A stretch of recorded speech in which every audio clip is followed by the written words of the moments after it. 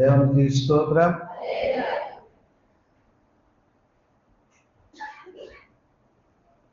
దేవుని యొక్క పరిశుద్ధమైనటువంటి నామములో మరి ఉదయకాల సమయంలో దేవుని సన్నిధిలో మనం అందరం కూడా చేరి రీతిగా దేవుని నామాన్ని ఘనపరిచి ఆయన స్తుతించడానికి ప్రభు మనకి ఇచ్చినటువంటి ధన్యకరమైనటువంటి సమయాన్ని బట్టి దేవాదేవునికి స్తోత్రాలు వందనాలు తెలియజేస్తున్నాను. అదేవిధంగా ఎంతవరకు నడిపించిన సహోదరుడు వేణుగోపాల్ గారికి వందనాలు.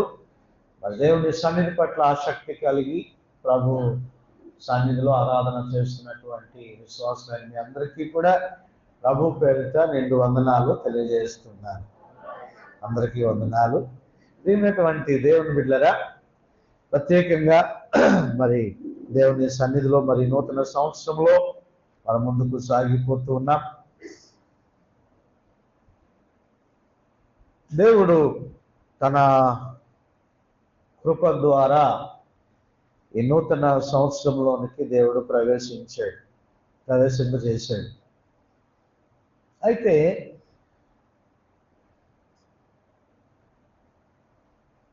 ప్రవేశింపజేసినటువంటి దేవునికి మనం ఎల్లప్పుడూ కూడా కృతజ్ఞులమై జీవించాలి.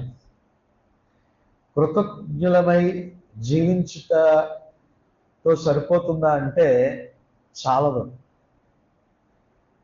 ఎందుకు అంటే మనం అందరము కూడా ఫలించాలి అనేటువంటిది దేవుని యొక్క ఆశ. ఫలించాలి, వాళ్ళు అభివృద్ధి పొందాలి, వారు ఆత్మీయంగా మరోవైపు శారీరకంగా వారు అనగా మనము ఫలించాలి. ఫలభరితమైనటువంటి జీవితాన్ని మనము జీవించాలి అనేటువంటిది దేవుని యొక్క ఆశ. గత సంవత్సరంలో ఉన్నటువంటి ఏదైతే మన ఎదుగుదలకు మనము ఫలించకపోవడానికి ఏదైతే కారణమవుతున్నదో వాటన్నిటినీ కూడా మనం ఏం చేయాలంటే జాగ్రత్తగా పరిశీలన చేసుకోవాలి. ఎందుకంటే యేసుక్రీస్తు ప్రభువారు చెప్పినటువంటి ఆ ఉపమానము, చక్కనైనటువంటి ఉపమానం ఉంటుంది. లూకా సువార్త 13వ అధ్యాయంలో, లూకా సువార్త 13వ అధ్యాయము 6వ వచనము నుండి మనం ఒక్కసారి చదువుకున్నట్లయితే, మరియు ఆయన వారితో ఈ ఉపమానము చెప్పెను, ఒక మనుషునికి ద్రాక్ష తోటలో అంజూరపు చెట్టు ఒకటి నాటబడి ఉండెను. అతడు దాని పండ్లు వెతికి వచ్చినప్పుడు ఏమీ దొరకలేదు. గనుక అతడు, ఇదిగో 3 ఏండ్ల నుండి నేను అంజూరపు చెట్లను పండ్లు వెతకవచ్చుచున్నాను, గాని ఏమీ దొరకలేదు. దీనిని నరికివేయము, దీని వలన ఈ భూమి ఏల వ్యర్థమైపోవాలని ద్రాక్ష తోట మాలితో చెప్పాను. అయితే వాడు, అయ్యా, నేను దాని చుట్టూ త్రవ్వి ఎరువు వేయి మట్టుకు ఈ సంవత్సరము కూడా ఉండనిమో, అది ఫలించినా సరే లేని ఎడల నరికించి వేయమని అతనితో చెప్పాను. ప్రియమైనటువంటి దేవుని బిడ్డలారా, ద్రాక్ష చెట్ల మధ్యన అంజూరపు చెట్టును వేశాడట.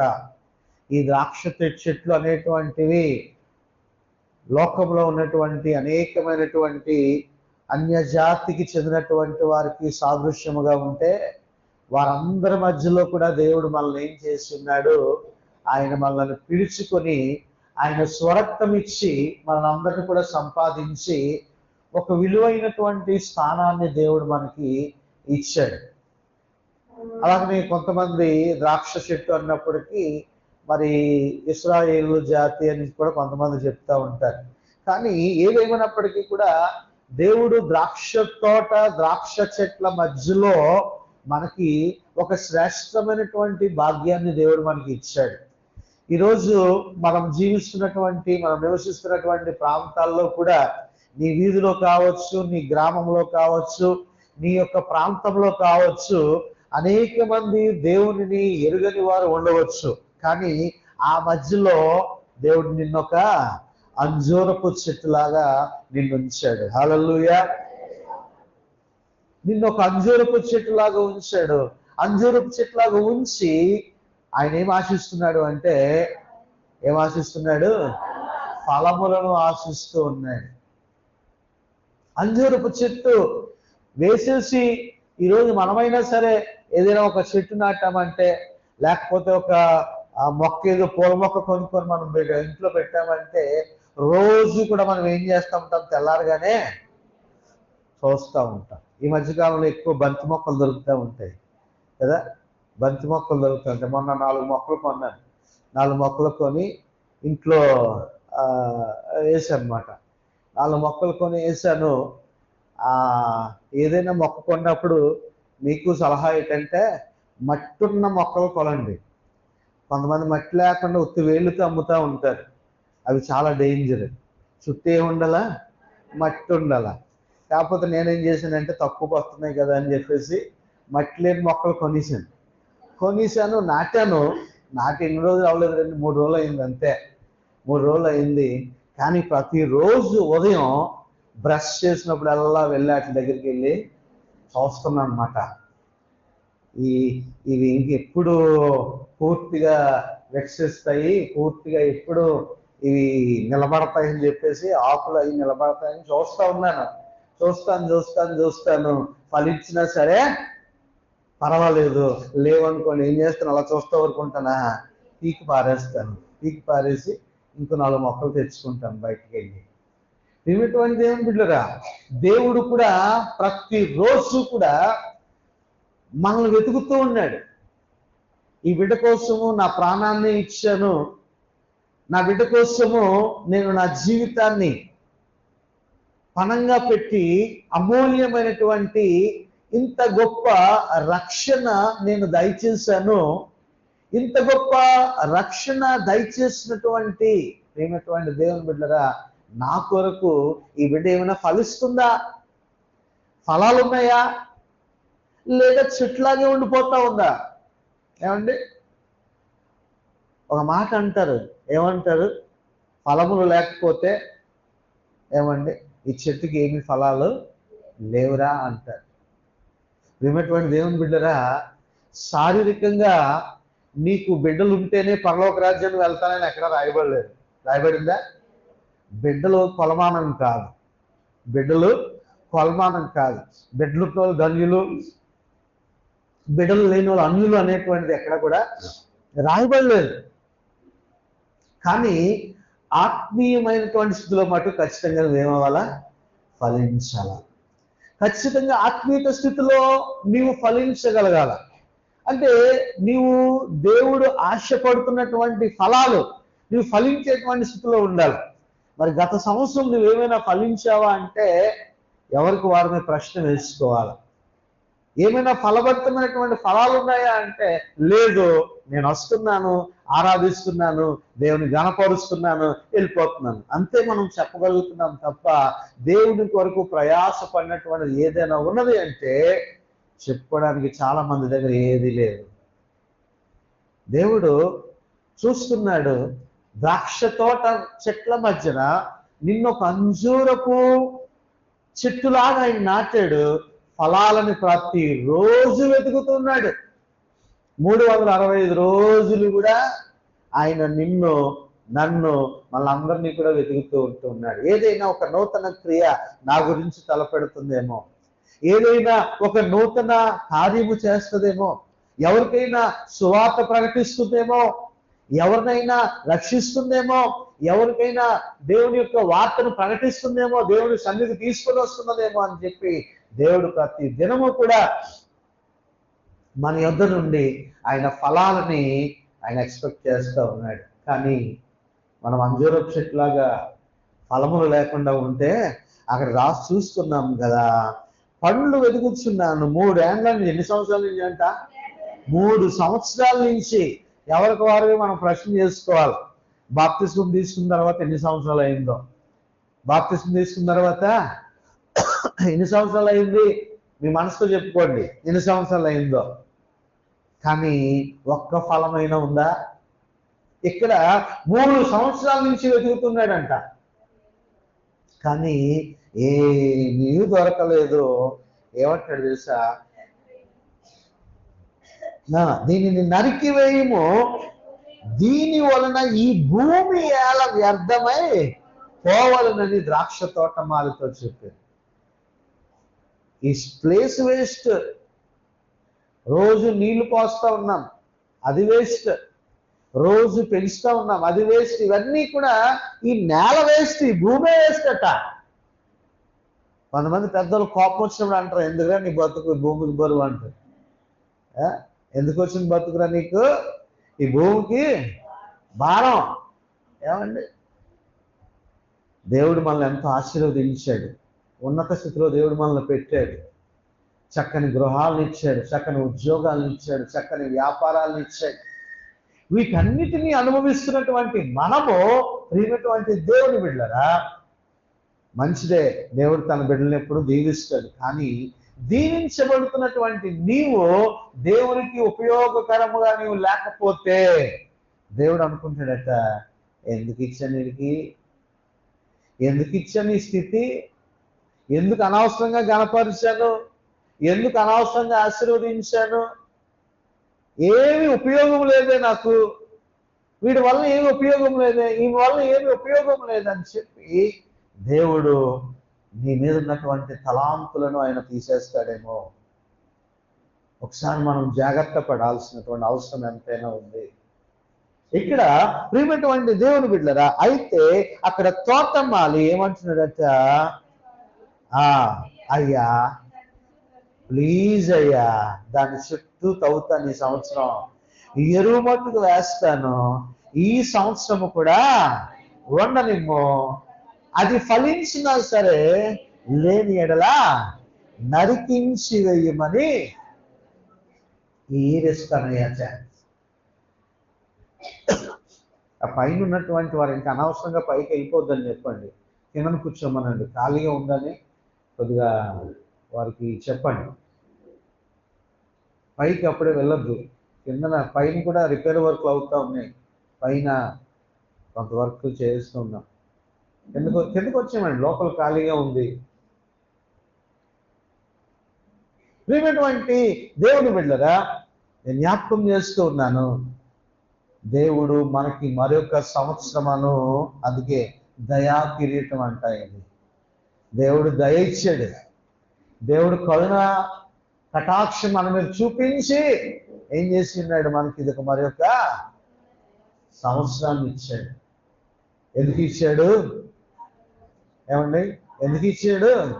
ఫలించాలనేటువంటి ఉద్దేశముతో మరొక సంవత్సరం దేవుడు మనకు ఇచ్చాడు, మరొక సంవత్సరం దేవుడు మనకు అనుగ్రహించాడు. ఈ సంవత్సరంలో అయినా సరే నువ్వు ఫలిస్తావు, ఈ సంవత్సరంలో అయినా సరే దేవుని కార్యాలు చేస్తావు, ఈ సంవత్సరంలో అయినా సరే దేవుని కొరకు నువ్వు ప్రయాసపడతావు అనేటువంటి ఒక గొప్ప ఆశతో దేవుడు నీకు ఈ సంవత్సరాన్ని ఇచ్చాడు. తోటమాల అంటా ఉన్నాడు, ఇదిగో దాని చుట్టూ తవ్వుతానయ్యా, మళ్ళా ఎరువేస్తాను, మళ్ళా ఎరువేస్తాను. ఆ ఎరువు వాక్యానికి సాదృశ్యంగా కనబడతాం. ఇంకా అయ్యా ఎరువేస్తాను తండ్రి, ఇంకా వాడిని ప్రేరేపిస్తాను, వాళ్ళు ఇంక ఉత్తేజాన్ని కలిగిస్తాను, వాడికి బలాన్ని ఇస్తాను. ఇదిగో తోటమాలి యేసుక్రీస్తు ప్రభు వారికి సాదృశ్యంగా ఉంటే ఆ వాక్యము ద్వారా దేవుడు మనల్ని ఏం చేస్తున్నాడు? ఉత్తేజపరుస్తూ ఉన్నాడు. కాబట్టి ప్రియమైనటువంటి దేవుని బిడ్డలారా, ఈ సంవత్సరంలోనైనా కూడా మనం ఫలించడానికి మనం సిద్ధంగా ఉండాలి. ఎలాగూ ఫలించాలి? ఏంటి పాస్టర్ గారు ఫలించడం అంటే పరిశుద్ధ గ్రంథంలో మరికొన్ని చెట్లు ఉన్నాయి. అవి న్యాయాధిపతుల గ్రంథము,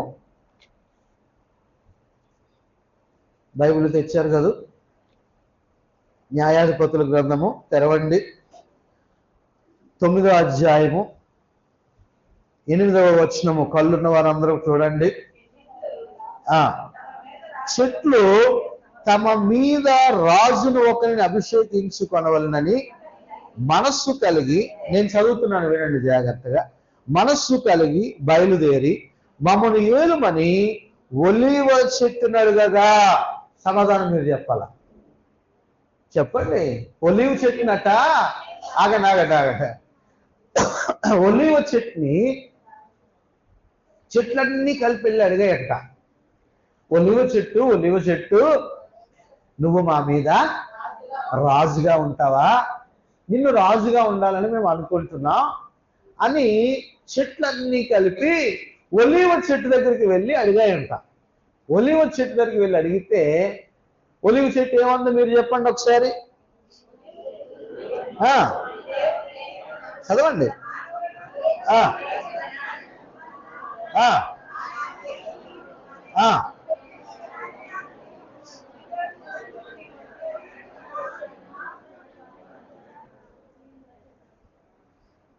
ఏమన్నదట? ఒలీవ చెట్టు, ఇదిగో మానవులు దేని వలన దేవుడిని సన్మానిస్తున్నారు? ఆ తైలాన్ని నేను ఇవ్వక మాని చెట్ల మీద రాజు ఎటు అటు ఊగుటకు నేను వచ్చేదనా అన్నాడంట. ఒలీవ చెట్టు ఏమంటుంది? నన్ను దేవుడు ఎందుకు ఏర్పాటు చేసుకున్నాడో తెలుసా? దేవుడి సన్నిధిలో నన్ను గణపరచడానికి, నన్ను సన్మానించడానికి, ఆ సన్నిధిలో ఒక దీపము వలె మండటానికి, ఆ సన్నిధిలో నా దేవుని పక్షముగా అభిషేకించడానికి అక్షమైనటువంటి ఒలీవ నూనె అవసరము కాబట్టి దేవుడు నన్ను పుట్టించాడు. కాబట్టి నేను ఈ రాజు, ఈ గొప్పతనం అనేటువంటి ఘనత నాకు వద్దు. నన్ను ఎందుకు సృష్టించాడు? ఒలీవ నూనెలాగా ఉండాలని, దేవుణ్ణి సన్మానించడానికి, దేవుని గణపరచడానికి వాడబడాలని దేవుడు నన్ను ఏర్పాటు చేసుకున్నాడు. కాబట్టి నేను ఆ పరిచర్య చేస్తాను. నాకు ఈ రాజు అటు ఇటు ఊగులాడడానికి, రాజుగా అయిపోయి నేను ఏదో సక్కబెట్టడానికి కాదు దేవుడు నన్ను ఏర్పాటు చేసింది. ఎందుకు ఏర్పాటు చేశాడు? దేవుని పనిలో వాడబడేటువంటి తైలముగా ఉండడానికి నన్ను ఏర్పాటు చేశాడు అని అన్నదట. ఇప్పుడు మళ్ళా చెట్లన్నీ కలిపి అప్పుడు ఎక్కడికి వెళ్ళాయంట? అప్పుడు చెట్లు నీవు వచ్చి మమ్మల్ని ఏలుమని అంజూరపు చెట్టును అడుగగా. అంజూరు చెట్టు ఏమంటుందో ఇప్పుడు చెప్పండి.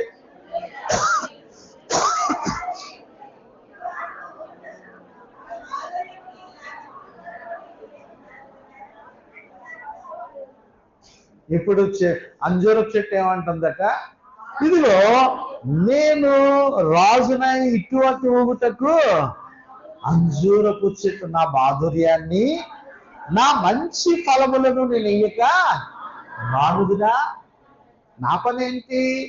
మంచి శ్రేష్టమైనటువంటి మధురమైనటువంటి అంజూరపు పండ్లు ఇవ్వాలి.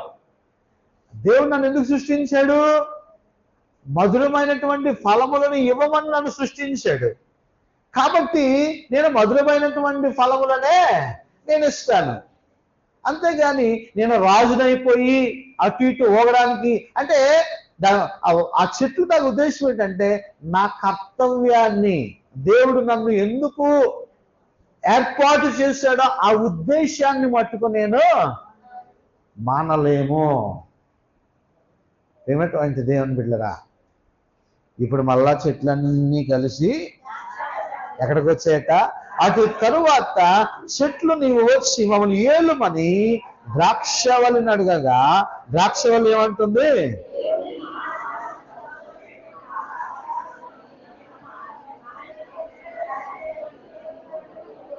దేవుని మానవులను సంతోషపెట్టు నా ద్రాక్షాసం నీ ఏకమాని చెట్ల మీద రాజున ఇటు అటు ఊగుటకు నేను వచ్చేదనా అని వాటితో నేను. ద్రాక్ష చెట్లు కూడా ఏమంటున్నాయి? మంచి ద్రాక్ష రసాన్ని, మనుషులను సంతోష పెట్టేటువంటి ద్రాక్ష రసాన్ని ఇవ్వడానికి దేవుడు నన్ను ఏర్పాటు చేశాడు, కానీ రాజుగా ఊగిసలాడడానికి కాదు. బాబు నా పని నన్ను చేసుకోనివ్వండి. ఎవరి పని వారు చేయాలి. అంతేగాని మనకి అప్పగించబడినటువంటి పనిని మానేసి మనము వేరే విధముగా జీవించుట కానీ వెళ్ళుట కానీ మంచిది కాదు. అంజూరపు చెట్టుని ఒలీవ చెట్టుని అడుగుతూ ఉంటే నన్ను తైలాభిషేకముగా ఉండమని ఏర్పాటు చేశాడు, నా పని నేను చేసుకుంటానంటుంది. అంజూరపు చెట్లకి వెళ్తే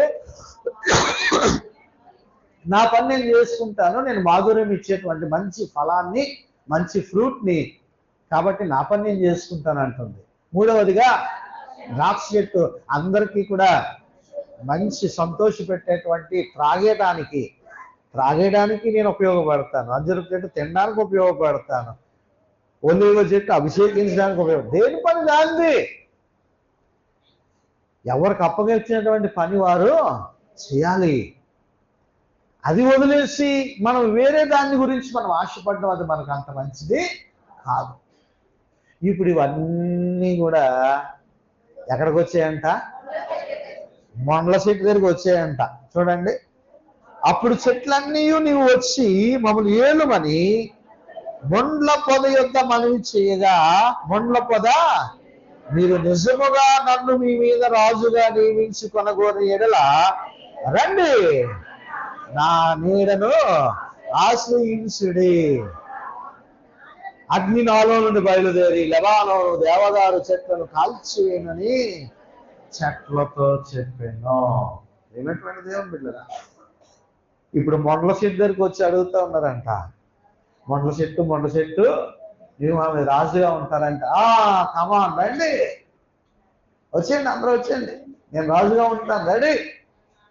శ్రేష్టమైనటువంటి లెబానోను దేవదారు చెట్లు, అవి దేవుని ఆలయానికి వాడేటువంటి శ్రేష్టమైనటువంటి కలప, శ్రేష్టమైనటువంటి చెట్లు, దేవుని యొక్క మందిరపు తాలూకా గుమ్మములకు ఆ లోపల ఉండేటువంటి ఆ చెక్క పనులకు వాడేటువంటి శ్రేష్టమైనటువంటి ఎత్తైనటువంటి పర్వతాల మీద మాత్రమే దొరికేటువంటి లెబానోను దేవదారు వృక్షాలవి. పాట కూడా పాడతాం కదా, దేవదారు సరళాగుంజి తేబడును ఆలయమునకు అని పాడతాం కదా. ఇటువంటి దేవుని బిడ్డరా, కాబట్టి రండి మొండ్ల పొదలు మనం అందరం కలిసి ఏం చేద్దాం, వాటిని తగలెట్టేద్దాం అన్నట్టు పరిచేటువంటి వాటిని, అంటే సంఘాన్ని పాడు చేయడానికి లేదా దేవుని విశ్వాసాలు పాడు చేయడానికి. ఏమిటువంటి దేవుని బిడ్డరా, ఎవరి పని వారు చెయ్యాల. సువార్థికుల పని సువార్థికులు చేయాలా, పరిచారకుల పని పరిచారకులు చేయాలా, వాక్యోపదేశకుల పని వాక్యోపదేశకులు చేయాలా. ఎవరి పని వారు చేయగలగాల. వాక్యోపదేశం చేసేటువంటి వారినే దేవుడు ఎక్కువ దీవిస్తాడు, వారికే ఘనత, వారికే మహిమ అనుకుంటే నీవు ఎందులో కాలేసినట్టు, పేడలో కాలేసినట్టు. పప్పు ఎందుకు పప్పు బాగా తింటాం కదా, పేడలో కాలేసినట్టు. నీ పరిచర్య చేసినటువంటి వారికి అదే ఆశీర్వాదము, వాక్యం చెప్పినటువంటి వారికి అదే ఆశీర్వాదం.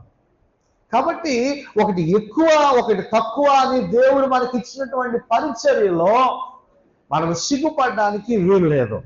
ఎవరికి అప్పచెప్పినటువంటి పరిచర్య వారు చేయాలి. దేవుని పరిచర్య చేసినటువంటి వారు ఎవరిని తక్కువగా దేవుడు చూశాడు చెప్పండి ఒకసారి. ఎవరిని తక్కువగా చూడలేదండి. ఎవరికి వచ్చి ఉండేటువంటి దేవుడు కాదు.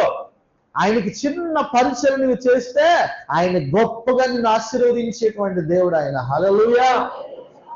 ఎక్కడ కూడా ఎవరికి కూడా ఆయన వచ్చి ఉండేటువంటి దేవుడు కాదు. కాకపోతే నీలో ఆయన అప్పగించినటువంటి పని నేను శ్రద్ధగా చేయాలి, ఆయన అప్పగించినటువంటి పని నేను నమ్మకంగా చేయాలని చెప్పి నువ్వు చేయటం ద్వారా ఎవరిని మహిమపరుస్తూ ఉన్నావు?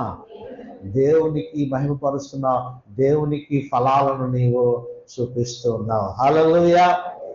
అయితే అపోస్తలుడైనటువంటి పౌలు గారు ఈ ఫలములను గురించి మాట్లాడుతూ ఎఫెసీ పత్రిక ఈరోజు చదువుకున్నాం కదా, 5వ అధ్యాయము 8వ వచనము నుండి నేను చదువుతున్నాను, వినండి. మీరు పూర్వమందు చీకటి అయి ఉంటిరి, ఇప్పుడైతే ప్రభునందు వెలుగై ఉన్నారు. వెలుగు ఫలము సమస్త విధములైన మంచితనము, నీతి, సత్యమును వాటిలో కనబడుతున్నది. కనుక ప్రభువుకి ఏది ప్రీతికరమో దానిని పరీక్షించుచు వెలుగు సంబంధుల వలె నడుచుకొనుడి. నిష్ఫలమైన అంధకార క్రియలలో పాలువారై ఉండక వాటిని ఖండించుడి. ఎలయనగా అట్టి క్రియలు చేయువాడు రహస్యమందు జరుగుంచు పనులను గూర్చి మాట్లాడుటైనను అవమానకరమై ఉన్నది. సమస్తమును ఖండింపబడి వెలుగు చేత ప్రత్యక్షపరచబడును. ప్రత్యక్షపరుచున్నది ఏదో అది వెలుగే కదా. అందుచేత నిద్రించుచున్నటువంటి నీవు మేల్కొని మృతులలో నుండి లేపో, క్రీస్తు నీ మీద ప్రకాశించునని ఆయన చెప్పుచూ ఉన్నాడు. హల్లెలూయా. ప్రియమైనటువంటి దేవుని బిడ్డలారా, వెలుగు ఫలములంట. మనము చీకటి వారమా వెలుగు వారమా? చీకటి వారము. దేవునికి స్తోత్రం. రైట్, అలర్ట్గా ఉన్నారు. దేవునికి స్తోత్రం. మనం ఎవరు మధ్య? వెలుగు సంబంధులం. చీకటి ఫలములను కాయడానికి కాదు, వెలుగు ఫలములను మీరు ఫలించాలి. ఈ వెలుగు ఫలములు ఏమిటంట? సమస్త విధములైనటువంటి మంచితనము, నీతి, సత్యమను వాటిలో పౌలు గారు చెప్తా ఉన్నారు విడమర్చి. వెలుగు ఫలం ఏంటో తెలుసా? మంచితనం అండి. వెలుగు ఫలం ఏంటో తెలుసా? నీతి. వెలుగు ఫలం ఏంటో తెలుసా? సత్యము. సత్యము. మొట్టమొదటిగా మంచితనము గురించి మాట్లాడదాం. ఏమిటంటే దేవుని బిడ్డరా, నీవు ఎక్కడికి వెళ్ళినా సరే నీ ఒక మంచి పేరు నీవు సంపాదించుకోవాలి. చనిపోయినటువంటి టైంలో వాడతాం ఈ పేరు ఎక్కువ. ఏంటది? సుగంధ తైలము సంపాదించుకున్నట కంటే మంచి పేరు సంపాదించుకున్నట మేలు. ఏమండి? ఏమిటంటే దేవుని బిడ్డరా, మంచి పేరు మనము సంపాదించుకోవాలి. ఎక్కడికి వెళ్ళినప్పటికీ కూడా నీలో మంచితనము కనబడాలి. ఎందుకంటే మంచి అనేటువంటి దానికి నిర్వచనం ఇవ్వాలంటే మన జగద్రక్షకుడైనటువంటి యేసుక్రీస్తు ప్రభు వారే మొదట కనబడతారు. ఎందుకు? మంచి కాపరి తన గొర్రెల కొరకు ప్రాణము పెట్టును. హల్లెలూయా. ఆ మంచి కాపరి గొర్రెలుగా ఉంటున్నటువంటి మనమందరము కూడా మంచి గొర్రెలుగా మనము ఉండాలి. ఆ మంచితనం అనేటువంటిది మనం సంపాదించుకోవాలి. నీ ఉద్యోగంలో మంచితనం సంపాదించుకోవాలి. నీ వ్యాపారంలో, నీ వీధిలో నీ యొక్క మంచి పేరు నీవు సంపాదించుకోవాలి. మంచి సాక్ష్యాన్ని నీవు కలిగి ఉండాలనేటువంటి విషయాన్ని మనము గమనించాలి. యథార్థంగా మనము జీవించాలి. యథార్థంగా మనము బ్రతకాలి. యథార్థంగా మనము జీవించాలి. మంచితనము అనేటువంటి మనం సంపాదించాలి. కొంతమంది మంచివారుగా నటిస్తూ ఉంటారు. మంచివారుగా నటిస్తూ ఉంటారు. నటన దేవుని సన్నిధిలో వేషధారణ. మంచివారుగా నటిస్తూ ఉంటారు. అయ్యయ్యో, అమ్మో, బాబోయ్, ఏమంటే కొంతమంది సౌండ్ కూడా అయ్యో పని జరిగిపోయింది. మనసులో ఉన్నది వేరు, మనసులో ఉన్నటువంటి ఆలోచన వేరు. ఆ మంచితనం అనేటువంటిది చాలా మంది నటిస్తూ ఉంటారు. దేవుడి నటన కాదు. నువ్వు ఎక్కడికి వెళ్ళినా సరే మంచితనము కలిగి ఉండాలి. రోమపత్రిక 6వ అధ్యాయము, రోమపత్రిక 6వ అధ్యాయము 22వ వచనము. పాపము నుండి విమోచింపబడి దేవునికి దాసులై ఉన్నందున పరిశుద్ధత కలుగుటయే నీకు ఫలము. ఇక్కడ ఫలం చూపిస్తున్నాడు చూడండి. పరిశుద్ధత కలిగి ఉండటయే ఫలము, దాని అంతము నిత్య జీవము. హల్లెలూయా. పరిశుద్ధత కలిగి ఉండటయే దాని ఫలం అంట. ఈ వచ్చే వారం రోజులు కొంతమంది ఊర్లు పోతూ ఉంటాడు కదా సెలవులో. ఊర్లకు వెళ్ళిపోయి సందట్లో సడేమియా అన్నట్టుగా ఏమండి వాళ్ళు తాగుతూ ఉంటే వాళ్ళు పక్కకి రెండు మూడు పెగ్గలేసేసాం అనుకో, ఎవరు తెలుస్తుంది? ఎవరికి తెలీదు. లాస్ట్ టైమో వైజాగ్లో కూర్చుంటాడు. ఏమండి సందట్లో సడేమియా అన్నట్టు మొత్తం వాళ్ళతో పాటు కలిసిపోయి ప్యాకెట్లలోని జోదాల్లోని ఏమండి ఇంకా కొన్ని సంప్రదాయాలు ఉంటాయి. వాళ్ళతో సంతోషించకూడదు లేకపోతే వెళ్ళకూడదు అనేటువంటి కాదు. కొన్ని ఆచార వ్యవహారాలు అనేటువంటివి ఉంటాయి. కొన్ని పితృపారంపర్యమైనటువంటి అటువంటి వాటిలో మనం పాలు భాగస్వాములు అవడానికి వీల్లేదు. అయితే ప్రియమైనటువంటి దేవుని బిడ్డలారా, అక్కడికి వెళ్ళి త్రాగడం, ఈ సెకండ్ షో సినిమాకి వెళ్తే ఎవరు చూసి వచ్చాడు ఏమండి, ఇలాంటి పనులన్నీ కూడా చాలా మంది చేస్తూ ఉంటే నీ పరిశుద్ధత ఏమైపోతా ఉంది? అక్కడ ఆవిరైపోతూ ఉంది. నీ పరిశుద్ధత ఆవిరైపోతూ ఉంది. ఆవిరైపోవడం అంటే నీ పరిశుద్ధత జాగ్రత్తగా కాపాడుకోవడం. గిన్నె నిండా నీళ్లు పెట్టుకున్నట్టుగా పెట్టుకుంటాయి, కింద మంట పెడతా ఉంటే ఇదంతా ఆవిరైపోతూ ఉంటే ఆ గిన్నె అంతా ఏమైపోద్ది? నీ పరిశుద్ధత అంతా కూడా ఆవిరైపోయినట్టే. పరిశుద్ధత కలిగి ఉండటమే ఫలం అంట. దేవుడు ఆశపడుతున్నాడు. నువ్వు ఎక్కడికి వెళ్ళినా సరే నా దేవుడు పరిశుద్ధుడండి, నేను పరిశుద్ధంగా ఉంటానండి. ఆ పరిశుద్ధత కలుగుటయే అది చివరికి ఏంటంట? నిత్య జీవంలోనికి నడిపిస్తుందంట. నీ పరిశుద్ధతను నీవు కాపాడుకుంటున్నావా? నీ కళ్ళు, నీ మాట, నీ చూపు, నీ నడవడిక, నీ చేతలు అవి పరిశుద్ధంగా ఉంటున్నాయా? పరిశుద్ధత అంటే పెద్ద పెద్ద నిర్వచనాలు ఇచ్చేస్తామండి. మనసులో అసూయ ఉండడం కూడా ఏంటది? ఈర్ష్య, కపటం, ద్వేషం, ఇవన్నీ బయటికి కనబడవు. ఇవి లోపల ఉంటాయి. కానీ చక్కగా వందనాలు అయ్యారు, వందనాలండి, ఎంత బాగా నవ్వుతూ ఉంటారు కదా. లోపల నిండా ఏముంటుంది? అపరిశుద్ధతే ఉంటుంది. ప్రియమైనటువంటి దేవుని బిడ్డలారా, ఒకసారి అంట ఒక వ్యక్తి సైకిల్ కొనుక్కున్నాడంట. ఎదురింటోడు సైకిల్ కొనుక్కున్నాడంట. సైకిల్ కొనుక్కున్నాడని చెప్పేసి వీడు ప్రార్థన చేశాడంట. ఏమని? ప్రభువా, ఎదురింటోడు సైకిల్ కొనుక్కున్నాడు, నాకు అర్జెంటుగా బైక్ ఇస్తావా? ఇవ్వా. ఏం కావాలా? అర్జెంటుగా నాకు బైక్ ఇస్తావా? ఇవ్వా అనగానే దేవుడు ప్రార్థన విన్నాడు. ప్రార్థన విని వెంటనే ఏమిచ్చాడు? బైక్ ఇచ్చాడు. ఆ బైక్ తీసుకొని ఫోజు కొడదామని చెప్పేసి కిందకి వెళ్ళి తీసుకొని బండి మీద కూర్చున్నప్పటికీ ఆ ఎదురింటి ముందు కారు కనబడిందంట. ఏం కనబడింది?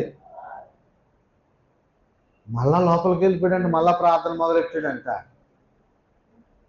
ప్రభువా, నాకు అర్జెంటుగా కారు ఇస్తావా? ఇవ్వా. అర్జెంటుగా కారు ఇస్తావా? ఇవ్వా అంటే దేవుడు ప్రార్థన విన్నాడంట. విని కారు ఇచ్చాడంట. కారు ఇచ్చినప్పటికీ కిందకి వెళ్ళి కారులో కూర్చొని హారన్ కొడదాం అనుకున్నాడంట. ఎదురుగా 2 కార్లు కనబడతా ఉన్నాయంట. ఎన్ని కనబడుతున్నాయి? 2 కార్లు కనబడుతున్నాయంట. మళ్ళా లోపలికి వెళ్ళిపోయాడంట. మళ్ళా లోపలికి వెళ్ళిపోయి మళ్ళా ప్రార్థన చేస్తూ ఉన్నాడంట. ప్రభువా, ఈసారి కార్లు కాదు కానీ ఆడికన్నా పెద్దిల్లో కట్టుకోవడానికి సహాయం దయచేయండి అని ప్రార్థన చేశాడంట. అలా చేస్తే వెంటనే దేవుడు సహాయం ద్వారా పెద్దిల్లు ఇచ్చాడంట దేవుడు. వీడు పెద్దిల్లు ప్రార్థన చేసినప్పటికీ మళ్ళా కొన్ని రోజుల తర్వాత చూసినప్పటికీ ఎదిరించాడు పెద్ద బంగ్లా కట్టేశాడంట. ఏం కట్టేశాడు? బంగ్లా కట్టేశాడు. బాగా బుర్ర చెదిరిపోతా ఉంది. చిన్నది అడిగితే ఒకటి అడిగితే వాడికి ఒకటేస్తున్నాడు, ఎదుటోడికి రెండెత్తా ఉన్నాడు కదా. ఇదెక్కడ న్యాయం ప్రభు అని చెప్పి బాగా ఆలోచించాడు. మనలో కూడా చాలా మంది ఉంటారు, మనకి ఇచ్చారు కదా అని సంతోషం ఉండదు, మనకు వచ్చింది కదా అని సంతోషం కన్నా ఎదుటోడికి ఎందుకు ఇచ్చాడు అనేటువంటి బాధ ఎక్కువైపోతూ ఉంటుంది కొంతమందికి. ఏమండి, వాళ్ళ ప్రేమ, వారి పరిచర్య, వారి విషయాలు కొన్ని నాకు తెలుసు కాబట్టి, వారి అభిమానం కొంత తెలుసు కాబట్టి ఏదో కొద్దిగా నేను కొంచెం చేస్తూ ఉంటాను. కొన్ని పనులు తెలియకుండా చేస్తాను, తెలుసుకొని చేస్తాను. కాబట్టి మనకేంటంటే దేవుడు మనకి ఇచ్చినంత వరకు మనము క్షేమంగా ఉన్నాం, దేవానికి స్తోత్రం అని చెప్పడం మానేస్తాం. ఎదుటోడికి ఏముందా, ఆవిడ చూడు ఎలాగైపోయిందో, ఆవిడ చూడు ఎలా దీవించి పడిపోతుందో, ఏమండి, ఆవిడ ఇల్లు చూడు, ఆవిడ నగ చూడు, ఆవిడ వస్తువులు చూడు, ఆవిడ ఘనత చూడు. మనం ఏం చేస్తామంటే ఎదుటోళ్ళ మీద అనవసరమైనటువంటి నాటి నుండి సౌలు దావీదు మీద ఏం చూపట్టది? విషపు చూపు చూస్తూ ఉండెను. ఆ విషయం అల్లా అరికాలు నుండి నన్నెత్తి వరకు ఎక్కిపోయింది సౌలుకి. ఆఖరికి ఏమైపోయాడు? చచ్చిపోయాడు, సైనికుడి చేతిలో చచ్చిపోయాడు. మొత్తం క్లోజ్, వంశాంకురమే క్లోజ్ అయిపోయింది. ఏమిటువంటి దేవుని బిడలరా, మరి ఈ దగ్గరికి వద్దాం. ఒకటి కొడుతుంటే ఏమొస్తాం ఎదుటోడికి రెండో. ఈసారి బాగా ఆలోచించి నేను ఒకటి అడుగుతుంటే ఎదుటోడికి రెండు ఇస్తున్నాడు కదా, ఒకటి అడుగుతుంటే ఎదుటోడికి రెండు ఇస్తున్నాడు కదా అని చెప్పి బాగా ఆలోచించి సార్ ఏం ప్రార్థన చేశాడట, ప్రభువా నాకు ఒక కన్ను తీసే అన్నాడంట. ఎంతవరకు వెళ్ళిపోతుందో చూడండి. నిజంగా మనలో పడినటువంటి ఆ పాపం అనేటువంటి బీజం వెంటనే తీసుకెళ్ళిపోతే అది మొలవడం మొదలెడుతుంది, అది మొలిచి మొక్క అవుతుంది, మొక్క మ్రాన్ అవుతుంది. కాబట్టి పాపం అనేటువంటి దాన్ని ప్రారంభంలోనే తీసిపారేయాలి.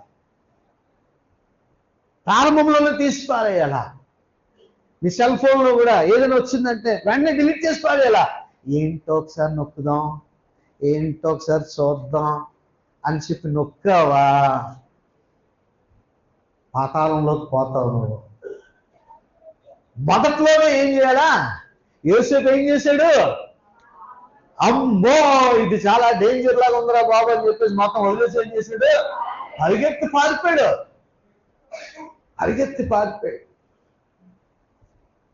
వీడు చూడండి ఏమని ప్రార్థన చేస్తున్నాడు, ఒక కన్ను పోతే దాని వాడి ఉద్దేశం ఏంటి? ఎదుటోడికి రెండు కళ్ళు పోతాయని. ఏమంటే మహాపాపం అసూయ.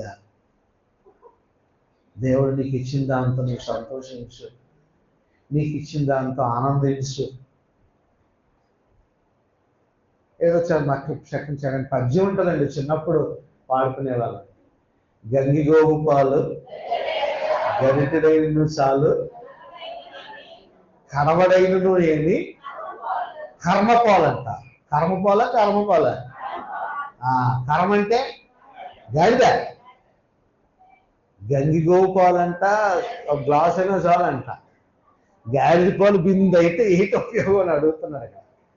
కొన్ని శతకాలు ఉంటాయి కదా చిన్నప్పుడు చదువుకున్నవి. ప్రియమైనటువంటి దేవుని బిడ్డలుగా, కాబట్టి మనము మంచితనము అబ్బా ఇవి చాలా, ఈ వీళ్ళలో అటువంటి బుద్ధి లేదండి. ఆవిడ గురించి అలా చెప్తే నేను నమ్మనండి. ఆవిడ మంచితనం నాకు తెలుసండి అనేటువంటి విధంగా మంచి పేరు మనం సంపాదించుకోవాలి. కొంతమంది ఉంటారు అదే ఆటోయే ఎక్కుతారు. ఎందుకో తెలుసా?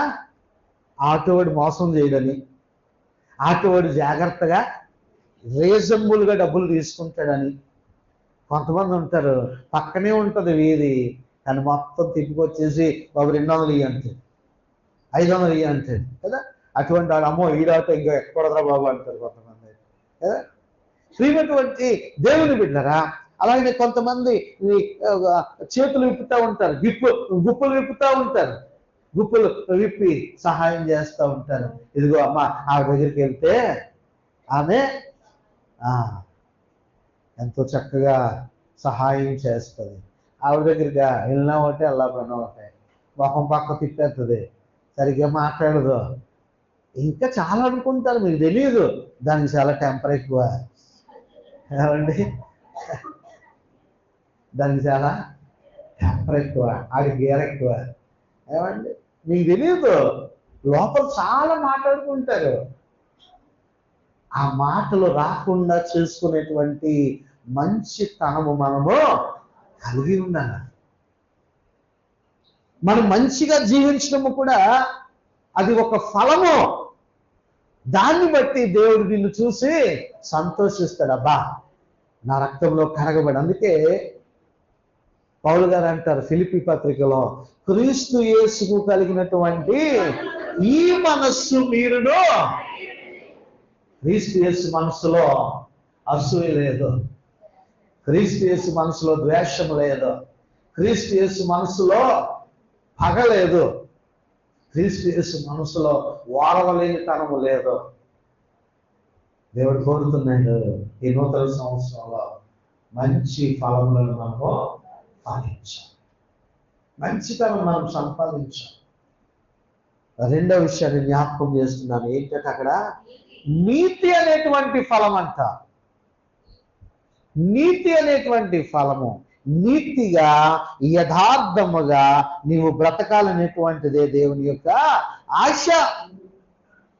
అన్యాయముగా వచ్చేటువంటి వచ్చుబడి మనకి వద్దు. కష్టపడేటువంటి వారిని దేవుడు ఇష్టపడతాడు. నువ్వు కష్టపడడానికి నీవు ప్రయాసపడు, నీవు కష్టపడడానికి నువ్వు శ్రమించు. అంతేగాని ఇంట్లో కూర్చొని ఏ పనికి వెళ్ళకుండా ఏ పాటికి వెళ్ళకుండా నీవు అలాగా సోమరపోతులాగా ఉండిపోయి ఇంట్లో కూర్చుంటే మన దగ్గరికి ఏమీ రాదు. మనమే వెళ్ళాలి బయటికి. ఏమండి, మనమే వెళ్ళి కష్టపడాలి. నువ్వు కష్టపడతా ఉంటే దేవుడు నిన్ను ఆశీర్వాదకరంగా దేవుడు నడిపిస్తాడు. నువ్వు ప్రయత్నాలు చేయాలి. ఆ ప్రయత్నాలు చేసినప్పుడు దేవుడు నీ పక్షంగా ఉండి ఆయన నీకు జయాన్ని ఇస్తాడు. కాబట్టి ప్రియమైనటువంటి దేవుని బిడ్డరా, నీవు సంపాదించేటువంటి సంపాదనలో నీతిగా నీవు సంపాదించు. అవినీతి వద్దు, లంచాలు వద్దు, తప్పుడు వ్యాపారాలు వద్దు, తప్పుడు వడ్డీలు వద్దు. నువ్వు నీతిగా బ్రతుకు, యథార్థంగా బ్రతుకు. నీతిమంతులను ఆయన ఉన్నత స్థలముల మీద ఆయన నడిపిస్తాడు. నీ నీతి ఎక్కడికి పోదు, ఆ నీతి నిన్ను కాపాడుతుంది. పేతురుపత్రిక 2వ అధ్యాయం చూడండి ఒకసారి. మొదటి పేతురుపత్రిక 2వ అధ్యాయం 1వ వచనము. ప్రభువు దయాళుడని మీరు రుచి చూచారా లేదా మిమ్మల్ని అడుగుతున్నాను. తర్వాత వాక్యాన్ని చూద్దాం. ప్రభువు దయాళుడేనా? దయాళుడేనా కాదా? కోపిష్ట, చండశాసనుడా? ఎవరు మన ప్రభు? దయాళుడు. ఎంతమంది నమ్ముతున్నారు ఆయన దయాళుడని? అయితే దయాళుడని మీరు రుచి చూచిన ఎడలా మీలో ఉన్నటువంటి సమస్తమైనటువంటి దుష్టత్వమును, సమస్తమైనటువంటి కపటమును, వేషధారణను, అసూయను, సమస్త దోషణ మాటలను మాని క్రొత్తగా జన్మించిన శిశువును పోలిన వాడై నిర్మలమైన వాక్యం అన్న పాల వలన రక్షణ విషయంలో ఎదుగు నిమిత్తము ఆ పాలను ఆపేక్షించుడి. హల్లెలూయా. ప్రభు దయాళుడు అన్నంత వరకు బాగానే ఉంది. ఆ తర్వాత ఏం చెప్తున్నాడు ఆయన? దూషణ మాటలు, అసూయ, కపటము, వేషధారణ ఇవన్నీ వదిలిపెట్టాలా. క్రొత్తగా జన్మించినటువంటి శిశువు వలె. అబ్బా, ఆ చిన్న పిల్లల వంటిదే పరలోక రాజ్యం అంటాడు ప్రభు. ఇలాంటి వారిదే పరలోక రాజ్యం. చాలాసార్లు చెప్పాను కదా, చిన్నప్పుడు పిల్లలు తీసుకుని వెళ్ళి ఆ నర్సరీలోనూ ఎల్కేజీలోనూ జాయిన్ చేస్తాడు కదా. జాయిన్ చేసిన వెంటనే అక్కడ కొన్ని కుర్చీలు, చక్కని అందమైన కుర్చీలు ఉంటాయి. ఆ కుర్చీ దగ్గరికి వెళ్ళిపోయి కూర్చుంటాడు. వాడికి ఎవడు చిన్న చాక్లెట్ ఇస్తాడు, ఎవడు చిన్న పెన్సిల్ ఇస్తాడు, ఎవడు మాట్లాడతాడో వాడి దగ్గరికి వెళ్ళిపోయి ఏం చేస్తాడు? పక్కనే కూర్చుంటాడు. వెళ్ళి ఫ్రెండ్షిప్. అరే నువ్వు నేను ఫ్రెండ్సే అంటాడు కదా. అరే నువ్వు నేను ఫ్రెండ్సే అంటాడు. అంతేగాని అరే నీది ఏ కులంరా? ఆహా నువ్వు మా కులమే, అయితే నువ్వు నేను ఫ్రెండ్స్ అంటారా చిన్నపిల్లలు. అదే పెద్ద అయ్యాక మీరేమిట్లు కదా, మీరేమిట్లు, మీ ఇట్లు మా ఇట్లు కలిస్తేనే మన సంబంధాలు కలుస్తాయి కదా, మ్యారేజ్లో కదా. చిన్నోళ్ళకి ఆ తారతమ్యం ఉంటుందా? పెద్ద అయ్యాక అన్నీ వచ్చేస్తాయి. అందుకే ప్రభువారు అన్నారు, ఏమన్నారు? చిన్న పిల్లల వంటి ఇలాంటి వారిదే పరలోక రాజ్యం. హల్లెలూయా. ఇలాంటి వారిదే పరలోక రాజ్యం అంటున్నాడు ఆయన. మన అంటంలే, మన సంగతి తెలుసు ఆయన. అటువంటి, అందుకే కొత్తగా జన్మించిన శిశువు వలె నిర్మలమైనటువంటి పాలను, అంటే వాక్యాన్ని అపేక్షించండి. వాక్యాన్ని వాక్యాన్ని వాక్యాన్ని తినండి, వాక్యాన్ని త్రాగండి, వాక్యాన్ని ధ్యానించండి, ముఖ్యంగా వాక్యానుసారంగా జీవించండి. వాక్యానుసారంగా జీవించండి. రేపు వచ్చే వారం అంతా కూడా మీకు సెలవులే. ఏమండి, చర్చిలో కూడా ఏమీ పెట్టట్లే. ఎందుకు? విశాఖపట్నంలో కొంతమంది భక్తులు వస్తున్నారు, కొంతమంది భక్తవర్లు వచ్చి దేవుని వాక్యాన్ని అందిస్తారు. వెళ్ళండి, వెళ్ళి అబ్బాయి ఎంత బాగా చెప్తారండి, ఎంత బాగా ఉర్రోపలోగిస్తారండి, ఉద్యమం వచ్చిన లోపల నుంచి. ఏంటది? ఇన్నాళ్ళైతే వెంట్రుకలు నెక్కబొడిసాయని వారు, ఇప్పుడు ఏమంటున్నారంటే బూమ్స్. ఏంటది? గూస్ బంప్సా ఏదా? గూస్ బంప్స్ అంట. గూస్ బంప్స్ వచ్చాయండి. గుర్తు వచ్చింది, సౌండ్కి వచ్చేస్తుంది మరి. ఆ ఉంటదే బేసు, తాగినోడికి గూమ్స్ బంప్సే కదా. ప్యాకెట్ గూమ్స్, సెల్ ఫోన్ 2 గంటల వరకు చూసినోడికి కూడా గూమ్స్ బంప్సే. ఆ సౌండ్ ఎట్టేస్తా ఉంటారు కదా, దుబ్బు దుబ్బు దుబ్బు దుబ్బు అని, దానికి వచ్చేస్తా ఉందన్నమాట గూమ్స్ బంప్స్. లోపల నుంచి రావట్లేదు, ఆత్మీయంగా ఏ మార్పు ఉండదు. అక్కడే కేకలు, అక్కడే అరుపులు, అక్కడే డ్యాన్స్లు. అది మళ్ళా నిజ జీవితంలో వినటువంటి దేవుని బిడ్డలారా, వాక్యాన్ని బాగా చెప్పేటువంటి దైవజనుల దగ్గరికి వెళ్ళండి. వాక్యాన్ని వినడం వల్ల ఏమీ రాదండి. వాక్యాన్ని ప్రభువా ఈ వాక్యం నా కొరకే, ఈ వాక్యం నువ్వు నాతో మాట్లాడావు, నా బ్రతుకును నేను సరి చేసుకుంటాను, నా జీవితాన్ని నేను సరి చేసుకుంటాను, ఎప్పటి నుండి అయినా నీ మార్గంలో నేను నడుస్తాను అయినా అని ఒక్క తీర్మానం అయినా చేసుకోగలిగితే నీ జీవితము ధన్యకరం అవుతుంది. హల్లెలూయా. రెండవ ఫలం ఏంటట? నీతి. నీతి అనేటువంటి ఫలము.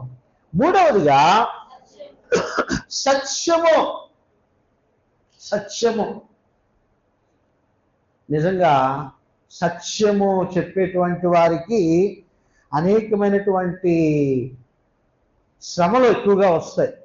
యథార్థంగా, ఫ్రాంక్గా, నిజాయితీగా ఉన్నటువంటి వారి విషయంలో, సత్యం మాట్లాడేటువంటి విషయంలో చాలా శ్రమలు వస్తూ ఉంటాయి, పేదలు వస్తూ ఉంటాయి. అయినను సరే నువ్వు ఎలా ఉండాలంట? యథార్థంగా ఉండాలి, సత్యమే మాట్లాడాల. పెద్దలు చెప్తూ ఉంటారు, 1000 అబద్ధాలు ఆడైనా సరేనంట ఓ పెళ్లి చేసేయాలంట. ఆ పెళ్లి చేసినప్పుడు వచ్చి కట్నాలు చీరలు కానుకలు తీసి వీళ్ళు బాగానే పోతారు. ఆ 1000 అబద్ధాలకు ఒకటి పేలుతూ ఉంటే సేంటపాస్కాయలాగా, తర్వాత అవి పేలుతూ ఉంటే అప్పుడు అటు ఇటు ట్రావెలింగ్స్ అంటే అమ్మింటికి అత్తింటికి అలాగ ట్రావెలింగ్స్ అయిపోతాయి అన్నమాట. కాబట్టి మనకు పనికిరాదు అది. 1000 అబద్ధాలు ఆడి అబద్ధాలు ఆడకుండా పెళ్లి చేయండి, మోసపుచ్చుకోకుండా పెళ్ళిళ్ళు చేయండి, ఏది దాయికండి. అప్పుడు వారి జీవితాలు కూడా సంతోషంగా యథార్థ హృదయాలతో వారు జీవిస్తారు. ప్రేమటువంటి దేవుని బిడ్డరా, సత్యము వాస్తవం మాట్లాడాలి, యథార్థంగా మాట్లాడాలి. ప్రేమటువంటి దేవుని బిడ్డరా, మీ అందరికీ తెలుసు సాధు సుందర్ సింగ్ సిక్కు మతంలో పుట్టినటువంటి ఈయన, సిక్కు మతంలో ఆయన పుట్టాడు. అన్ని మతాలు ఇష్టమే, క్రైస్తవ మతం అంటే ఇష్టం కాదు సాధు సుందర్ సింగ్ గారికి. వారి తల్లిదండ్రులు వెన్నతో పెట్టినటువంటి విద్యలాగా ఆ శ్లోకాలు, ఆ సిక్కు మతం తాలూకా శ్లోకాలు, ఆ సిక్కు మతం తాలూకా సమస్తమైనటువంటివన్నీ కూడా నేర్పించారు. అవి జాగ్రత్తగా నేర్చుకున్నాడు. కానీ క్రైస్తవ మతం అంటే పడేటువంటిది కాదు, క్రైస్తవ మతం అంటే పడేటువంటిది కాదు. ఒకనొక దినాన్ని ఒక వ్యక్తి బైబిల్ తెచ్చిస్తే ఆ బైబిల్ని చూసి ఏం చేశాడో తెలుసా? దాన్ని చింపేసి తగలబెట్టాడు సాధు సుందర్ సింగ్ అనేటువంటి ఆయన. ఆ తగలబెట్టేసిన తర్వాత ఒకసారి నిజదేవుడు ఎవరో తెలియక, నిజమైనటువంటి దేవుడు ఎవరో తెలియక అక్కడ అన్ని గ్రంథాలు పెట్టుకొని, మొత్తం అన్ని మతాల తాలూకా గ్రంథాలన్నీ కూడా అక్కడ పెట్టి అక్కడ మోకాళ్ళు వేసాడంట. మోకాళ్ళు వేసి, ఇదిగో దేవుళ్ళారా, నాకు ఎవడు నిజమైనటువంటి దేవుడో నాకు తెలియటం లేదు, ఏ దేవుడు నిజమైనటువంటి వాడో తెలియదు, ఇదిగో అన్ని మతాల తాలూకా మత గ్రంథాలు ఇక్కడ పడేశాను నేను, అందులో బైబిల్ కూడా ఉందంట, అన్ని పడేశాను, ఏది నిజమైనటువంటి దేవుడు, ఎవడు సత్యమైనటువంటి దేవుడో, ఎవడు వాస్తవమైనటువంటి దేవుడో నాకు ఈ రాత్రి బయలుపరచబడాలి అని చెప్పి మోకాళ్ళు వేసి అదే ప్రార్థన అలాగే ఉండిపోయాడంట. తనకి వేకువజామున ఒక స్వరం వినబెడతా ఉందంట, సుందర్ సుందర్ నీవేళ నన్ను హింసిస్తున్నావు. ఎవరో ప్రభువా అని అడిగితే, ఇదిగో నేను లోకరక్షకుడైనటువంటి యేసు క్రీస్తును అన్నాడు. హల్లెలూయా. అప్పటి నుండి ఇక బైబిల్ పట్టుకోవడం మొదలు పెట్టాడు. ఆ వాక్యమే కదా సత్యము, ఆ సత్యాన్ని ప్రకటించుకుంటూ వెళ్ళిపోతున్నాడంట. ఇది తల్లిదండ్రులకు నచ్చలేదు, ముఖ్యంగా తండ్రికి నచ్చలేదు. తండ్రి ఏం చేశాడు తెలుసా? ఒకరోజు, సుందర్ సరే